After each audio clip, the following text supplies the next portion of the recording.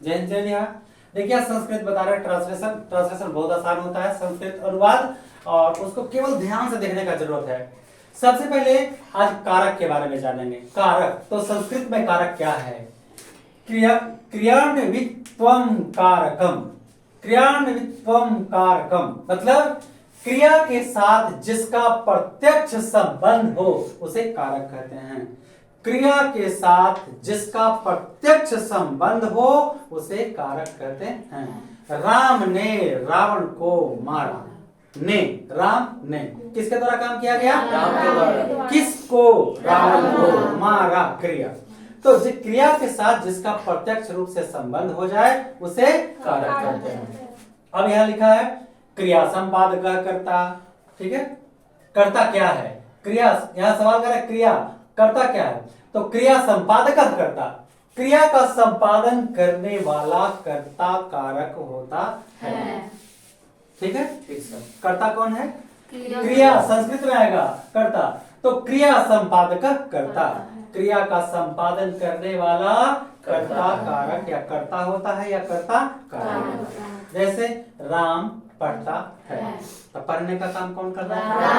राम के द्वारा पढ़ा जा रहा है, इसलिए कौन सा कारक हुआ? ये कर्ता कारक हो गया। ठीक, अब हम एक ट्रांसलेशन कैसे बनाएंगे इसके जानने के लिए हमको फार्मूला का जरूरत होता है।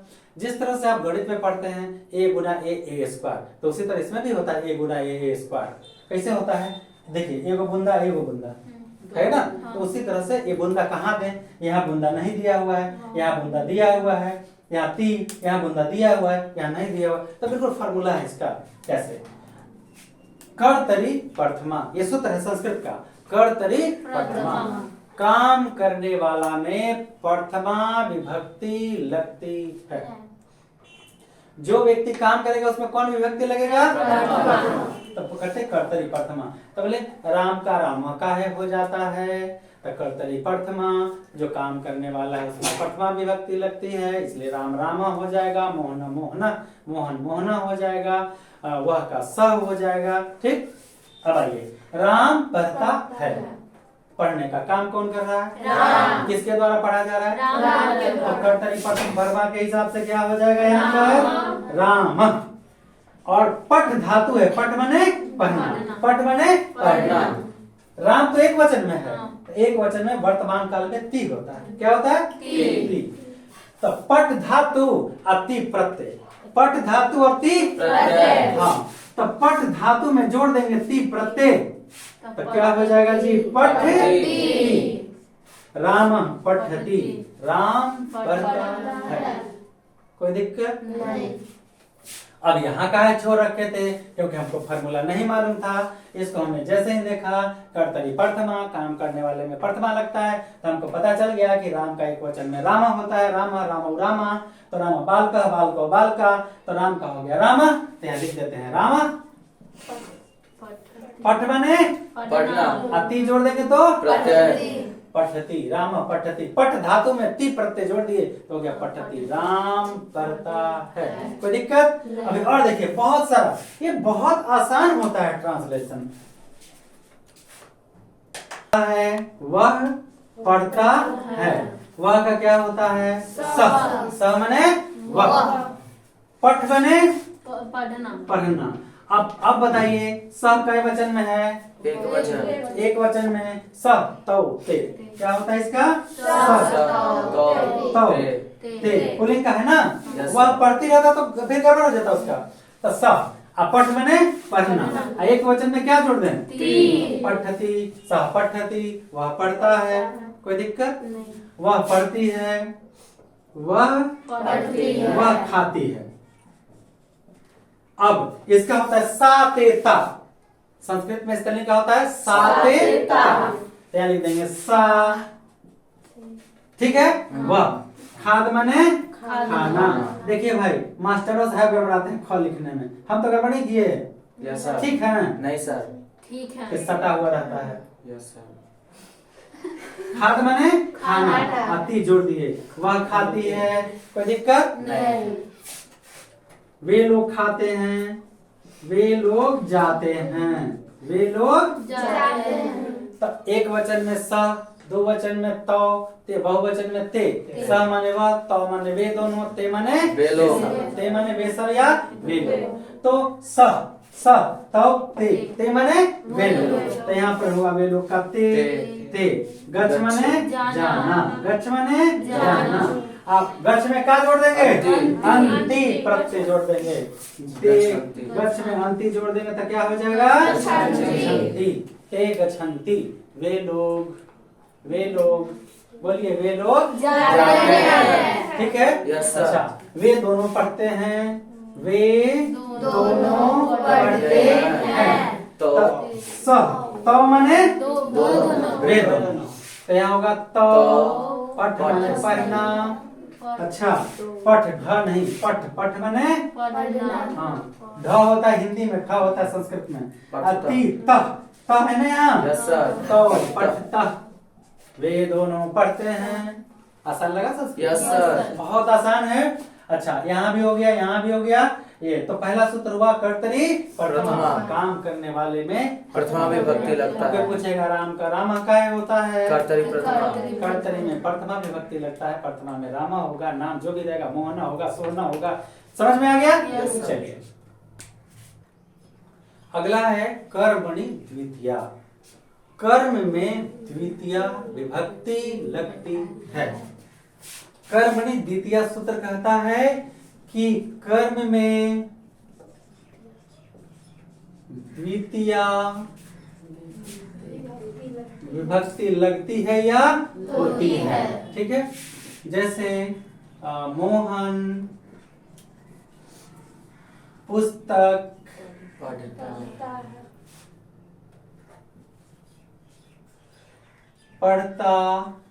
पढ़ता है। ठीक है? ढ अलग होता है, ढ अलग होता है, पढ़ता है। तो आप अभी पढ़े, पहले हमको अगर नहीं मालूम है, छोड़िए, बात पे बात करेंगे। पहले मोहन, तो मोहन का क्या होगा? मोहना। मोहन क्या है? तो क्या होगा? पठती। मोहन पठती। अब बच गया यही, ये subject plus verb plus object. ठीक है? यानी सब्जेक्ट माने काम करने वाला, वर्ब माने कौन काम क्या कर रहा है, लिख रहा है, खा रहा है, जा रहा है, गा रहा है, पी रहा है, नाच रहा है, जो भी कर रहा है। कर्म का है तो ऑब्जेक्ट जो बीच वाला बन गया वो कर्म। राम मोहन पढ़ता है, मोहन करता है और पढ़ना क्रिया है। मोहन करता है और पढ़ना क्रिया है। तब बिचवा में बच गया वेणु कर्म हुआ, बिचवा में बच गया क्या हुआ? कर्म। तो ये पुस्तक कर्म है, बुझ गए? चलिए, तो ये काम करने वाला हुआ, ये क्रिया हो गया, बीच में बच गया वो कर्म। क्या हो गया? कर्म। तो कर्म कारक में द्वितीया विभक्ति लगती है। कर्म में द्वितीया द्वितीया। बालका बालको बालका, बालका। एक में बालका बालको बालका और दूसरा में बालकम, बालकम। द्वितीय में बालकम होता है ना। तब यहाँ हो जाए तो पुस्तकम ऐसे भी लिख सकते हैं और बुंदा भी दे सकते हैं। ठीक है? मोहना पुस्तकम पठति। कोई दिक्कत नहीं सर। पुस्तकम काहे हुआ? द्वितीय। अब हम पूछेंगे कि जो चिन्ह अंडरलाइन लगाया हुआ उसमें कौन सा फार्मूला है? कर्मणि द्वितीया। क्योंकि यहाँ पुस्तक में पुस्तक लगा हुआ है, पुस्तकम कर्म हो गया। यहाँ पे क्लियर हो गया? Yes sir. अब हर्ष पटना जाता है, हर्ष पटना जाता है। हर्ष पाटलिपुत्रम जाता है, गच्छति।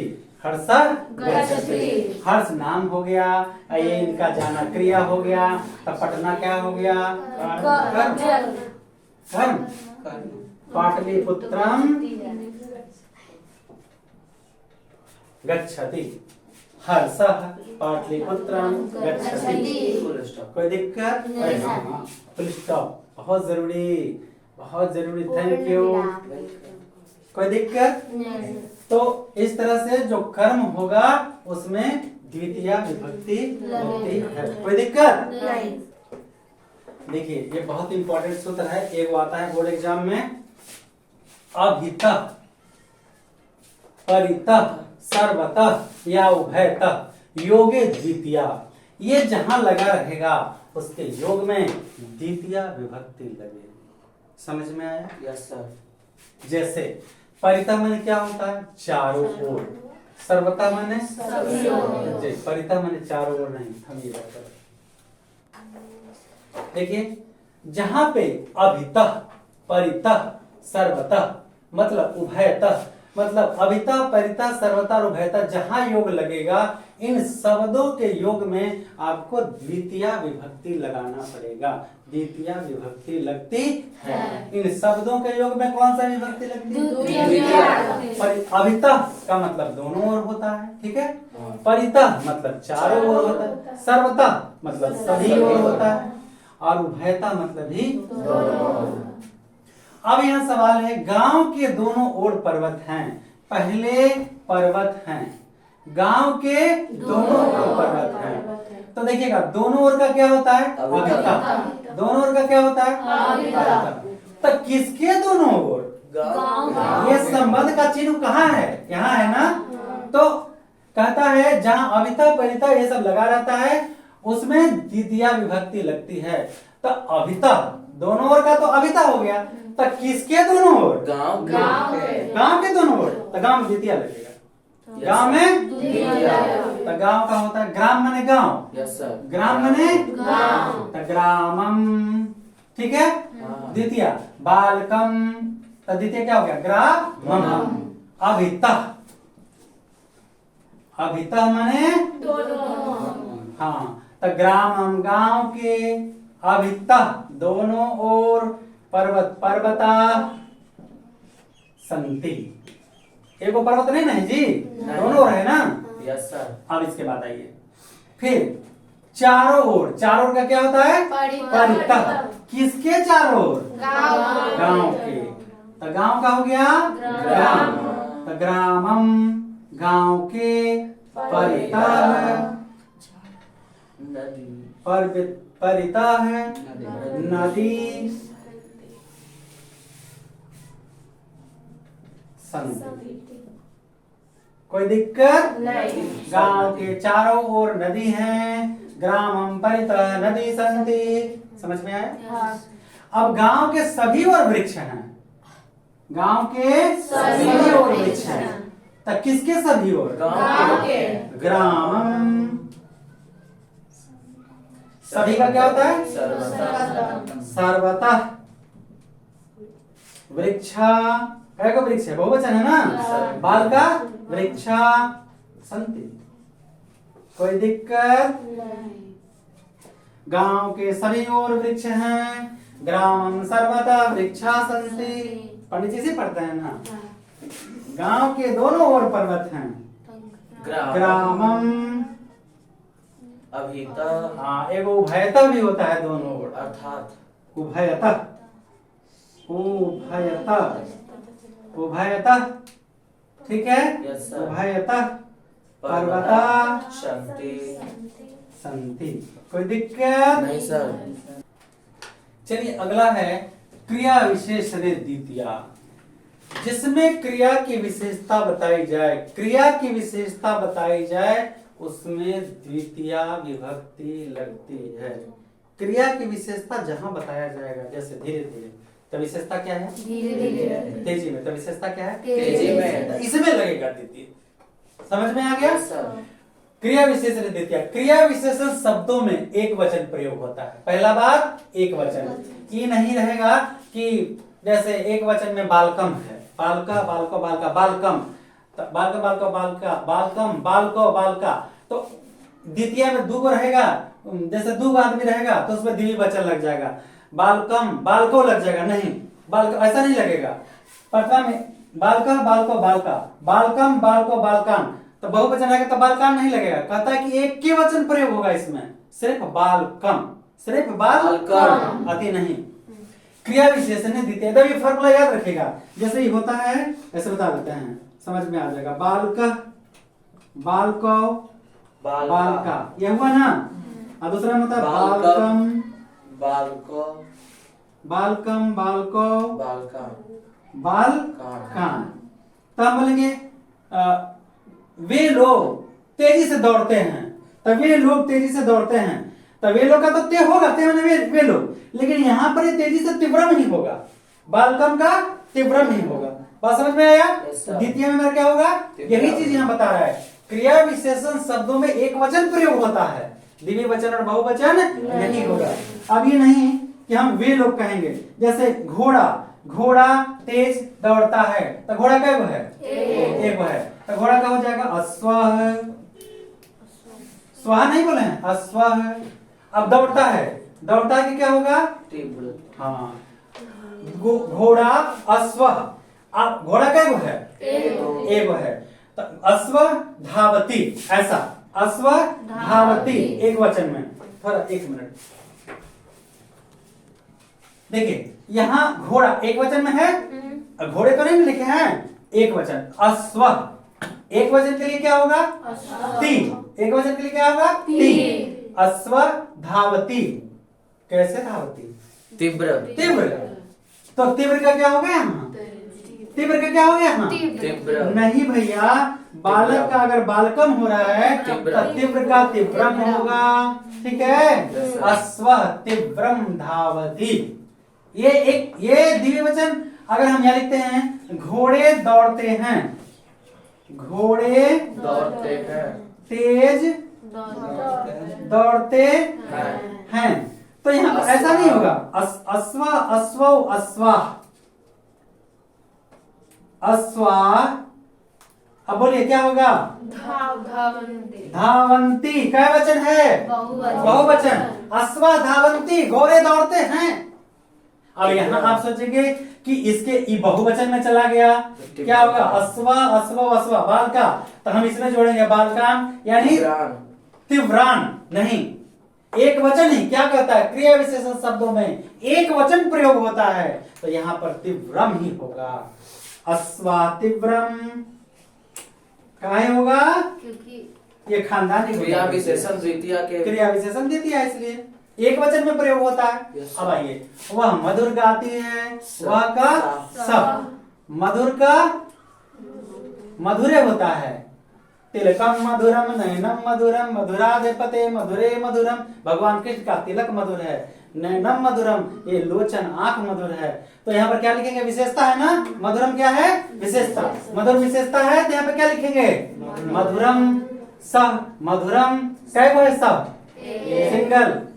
तो गायती, अब बोलिए कि गाय माने गाना तो बात जब जैसन तब तैसन, बुझे कि नहीं बुझे? तो इसका अलग अलग अर्थ रखता है। जैसे हम आपको बोलेंगे बबुआ एक गिलास पानी लिया, अच्छा मतलब बाप का नौकर होती है ऐसा बोलेंगे, अच्छा मतलब आप बताने जा रहे हैं। तो एक ही शब्द का अलग अलग उच्चारण होता है। क्लियर हो गया? सह मधुरम गायती, सह मधुरम गायती, वह मधुर गाती है, गाता है, ठीक है? अगर वह मधुर गाती है तो सा मधुरम, ठीक है? वह मधुर गाती है तो क्या हो जाएगा? सा मधुरम गायती। मेघ मंद मंद गरजता है, मेघा, मेघ कै गो है? अनेका, मेघा मंद मंद, मंदम मंदम, मंदम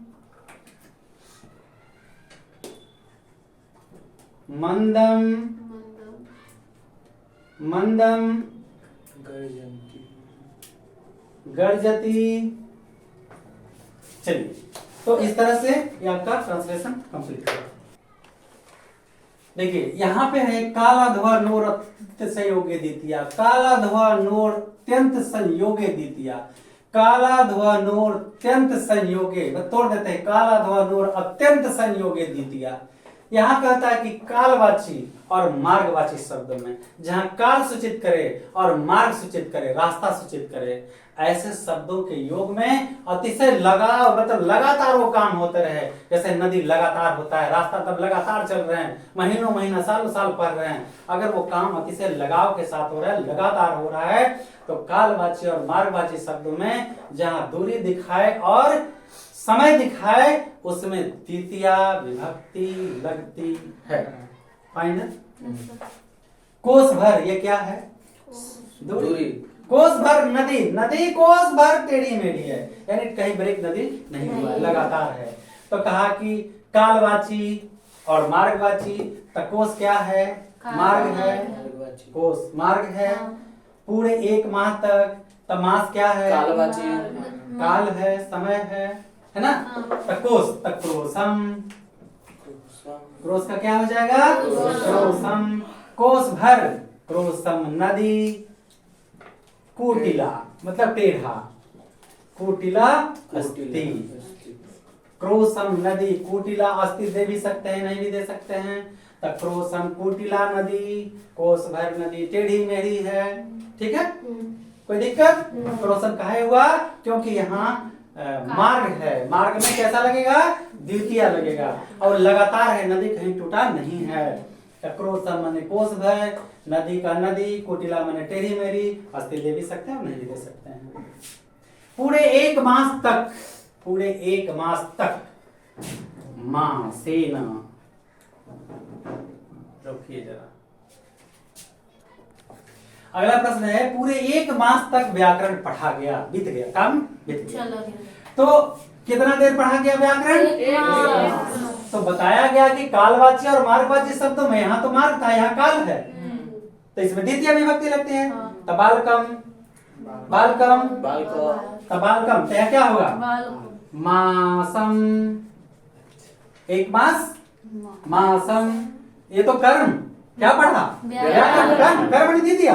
व्याकरणम, व्याकरणम, पठ माने पढ़ना, अपठत अ लगेगा क्योंकि बीता हुआ काल है। पठ में त तामन त लग गया, देखिए पठ धातु है, पठ धातु में त तामन और आगे अ लग जाता है भूतकाल में। ठीक है, देखिए मासम व्याकरणम अपठत, मासम क्योंकि एक कोष में द्वितीय लगता है काल और मास में, और व्याकरण पढ़ा, क्या पढ़ा? व्याकरण। ये कर्म हो गया, कर्मणि द्वितीय। मासम व्याकरणम अपठत। क्लियर हो गया? चलिए, बहुत इंपॉर्टेंट है, कई बार आ चुका, लगता है इस बार ही आया है। ये नांग विकार, यहाँ ये गलती लिखा हुआ है, किताब हम देख के लिखे हैं लेकिन हमें गलती लग रहा है। ये नांग ऐसे होता है, ये नांग विकार, ऐसे हम जो आपका किताब है क्या चीज सहचर, उससे हम देख के लिखे हैं लेकिन हमें गलत लग रहा है, इसलिए हम अपनी तरीका से लिख दिए। यहाँ पर लिखा शरीर के जिस अंग में विकार हो, शरीर के जिस अंग में विकार हो उस अंगवाची शब्द में तृतीया विभक्ति लगता है। हाथ में विकार है, पैर में विकार है, आंख में विकार है, नाक में विकार है, कान में विकार है।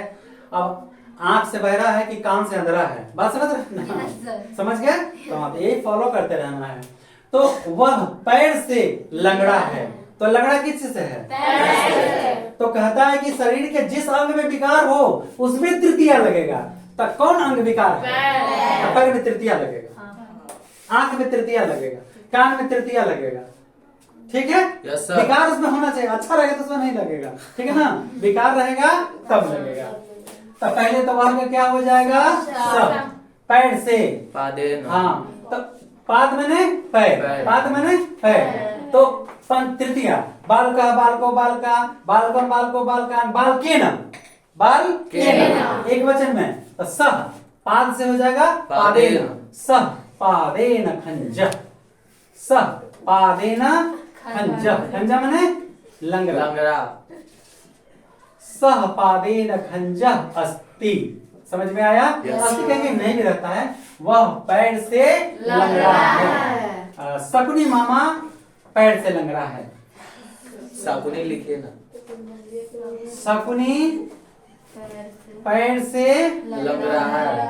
हाँ, लंगड़ा है। देखिए ड और र, ये र और ह अलग अलग होता है। ठीक है? तो शकुनी मामा कौन है? महाभारत का नाम। तो ये आप जानते हैं कि शकुनी मामा बहुत गलत था, लेकिन शकुनी मामा के साथ जो गलत हुआ था वो किसी ने देखा? इतिहास कहता है कि सीखो पहले वाली बात, इति जोर बीती, बीते हुए समय से जो सीख लेता और वर्तमान में सुधर जाता है वही सत्य है। तो सत्य का साथ नहीं छोड़ना चाहिए। शकुनी मामा के पूरे परिवार को ये कैद कर लिया था। कौन? अंधा, धृतराष्ट्र। धृतराष्ट्र। ठीक है? उस एक पूरे परिवार को एक आदमी का खाना देता था। शकुनी, गंधारी का दूसरा भी बहन हुआ था उसके साथ है, तो उसी का सब उसका परिवार मर गया, तो वो शकुनी उसी को बचा के, छोटा बेटा था तो उसके माता पिता जो भी थे सब कोई आज में कल मरना ही था कैद खाना में, तो उस शकुनी को सब खाना दिया जाता था, तो इसलिए वो जिंदा बच गया और वही प्रतिशोध लिया था, पूरे खानदान को नष्ट कर दिया। इसलिए अहिंसा परमो धर्म, किसी को दुख नहीं देना चाहिए। ठीक है, पैर से कौन लंगड़ा है? शकुनी। हाँ, तो शकुनी पादेन खंज अस्ति, शकुनी मामा पैर से लंगड़ा है। मामा तो शकुनी वह कान से बहरा है। काजी से बहरा है? कान से। स कर्ण का कान, कर्ण। कर्ण का कर्ण नाम भी है। Yes sir. स कर्णेन वधिरा, बधिर। वधिर माने बहरा। बहरा, वधिरा अस्थि भी दे सकते हैं, वह कान से बहरा है। ठीक है, कोई दिक्कत? नहीं सर। अब ये समझ में आया? Yes. आसान लगा? Yes. इस तरह का ट्रांसलेशन आपको निश्चित रूप से आता ही आता है।